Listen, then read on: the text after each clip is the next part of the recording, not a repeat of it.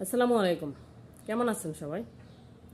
আচ্ছা, কিছু মানুষ বা সমাজের অধিকাংশ মানুষই বা আপনার আশেপাশে আপনার পরিচিত আত্মীয় স্বজন বা বন্ধু বান্ধব অধিকাংশ মানুষই যখন আপনাকে নিয়ে কিছু সমালোচনা করবে, কিছু প্রশ্ন সবসময় করে যাবে যেগুলো আপনাকে একটু হ্যারাসমেন্ট বা একটু আপনাকে ডাউন করার জন্য বা আপনাকে কিভাবে একটু ছোট করা যায় এই ধরনের মন মানসিকতা নিয়ে যারা সবসময় আপনার সমালোচনা করবে, আপনি তার জবাব কিভাবে দিবেন? আপনার রিয়াকশনটা তাদের প্রতি কি হবে? কিভাবে আপনি ওই সিচুয়েশনটা বা ওই কমেন্টটা বা ওই সমালোচনাটাকে আপনি কন্ট্রোল করবেন? ওই সমালোচনারকে প্রতিবাদ করার মতো কোনো অস্ত্র কি আপনার কাছে আছে? কোনো অস্ত্র কি আমার কাছে আছে? কখনোই না। কারণ আমরা পারবো না প্রতিটা মানুষের মুখে মুখে ধরে তাকে জবাব দিতে। আর এটা যদিও কেউ করতে চায় সেটা হচ্ছে সবচেয়ে বোকামি।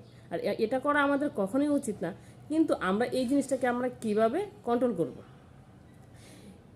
কিছু মানুষ আপনার প্রতিটা ক্ষেত্রে আপনার দোষ দেবে। এই যেমন আপনি বিয়ে কেন দেরিতে করছেন, আবার আপনি বিয়ে কেন আগে করছেন, আপনি চাকরি কোথায় করছেন, আপনার প্রমোশন হয়েছে কি না, আপনার বিয়ে করেছেন কি না, আপনার বাচ্চা কাচ্চা কার মতো হলো, আপনি কি যৌথ পরিবারে থাকেন নাকি একা থাকেন, বা টাকা পয়সা কি বেশি ইনকাম করতেছেন, আলাদা কি সেভিংস করছেন, কোনো জায়গা জমি কি কিনছেন নাকি সংসারে সব কিছু খরচ করছেন।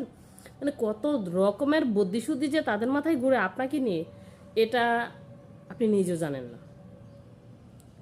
মানে তাদের এত চিন্তা চেতনা আপনাকে নিয়ে, আপনি কি করবেন?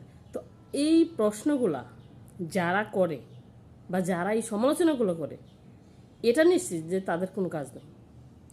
এই ধরনের সমালোচনা করা ছাড়া তাদের কোনো কাজ নেই। যদি থাকতো তাহলে আপনাকে নিয়ে এই সমালোচনা তারা করতো না।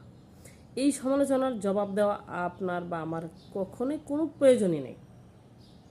তবে তাদেরকে আমরা কিভাবে বন্ধ করতে পারি, তাদেরকে আমরা কিভাবে মোকাবেলা করতে পারি, তাদের